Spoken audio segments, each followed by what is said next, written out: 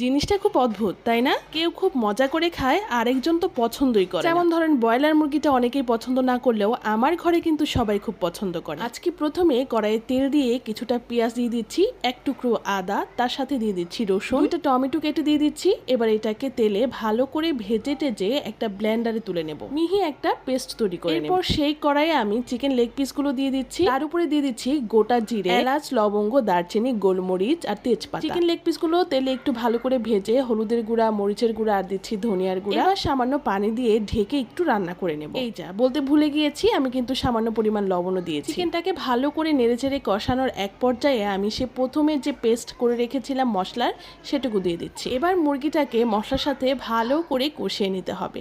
ঢেকে ঢেকে মিনিট 10 রান্না করে নামানোর আগে দিয়ে দিব আস্ত কাঁচামরিচ কয়েক। খুব একটা ঝাল না হওয়ার কারণে এই রান্নাটা কিন্তু আমার বাচ্চারা ভীষণ পছন্দ করে। রান্নাটা কেমন লাগলো অবশ্যই কমেন্টে জানাবেন।